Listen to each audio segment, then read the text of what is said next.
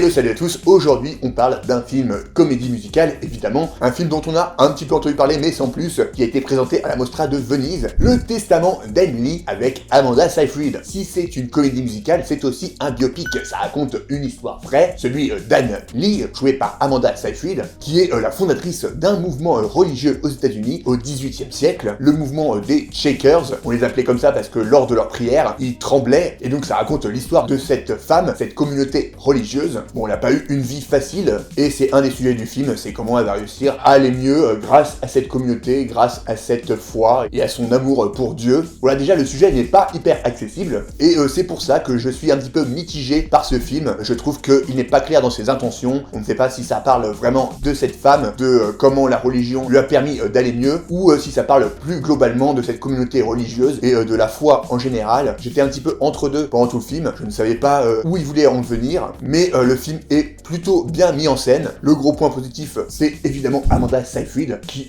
joue vraiment très bien. Elle se donne corps et âme dans ce film. Elle a des séquences assez physiques et il y a de vraies séquences musicales qui permettent de mettre en avant et d'appuyer les moments de prière des fidèles de la communauté. Elles sont très belles, elles sont très bien réalisées. Le style de chanson, je ne sais pas si c'est les mêmes chansons qui ont été utilisées par cette communauté, mais en tout cas elles sont très belles et très agréables à écouter. Il y a des très beaux plans lors de ces passages de prière.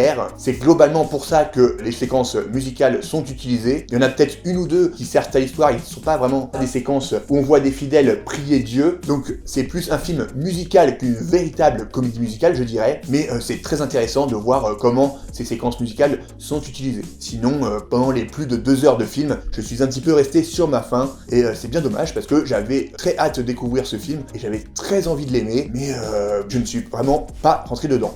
Voilà, donc je ne sais pas si je le conseillerais à tout le monde ce film. Faut y aller si vous aimez Amanda Seyfried et si le sujet vous intéresse. Je ne sais pas si ça vaut le coup d'aller au cinéma pour ça. Voilà, c'était mon avis rapide sur Le Testament d'Anne Lee. N'hésitez pas à me donner le vôtre en commentaire si vous l'avez vu. Et n'hésitez pas non plus à vous abonner si ce n'est pas déjà fait. Merci beaucoup d'avance. Je vous dis à bientôt pour une prochaine vidéo. Et d'ici là, prenez soin de vous, allez voir des films musicaux.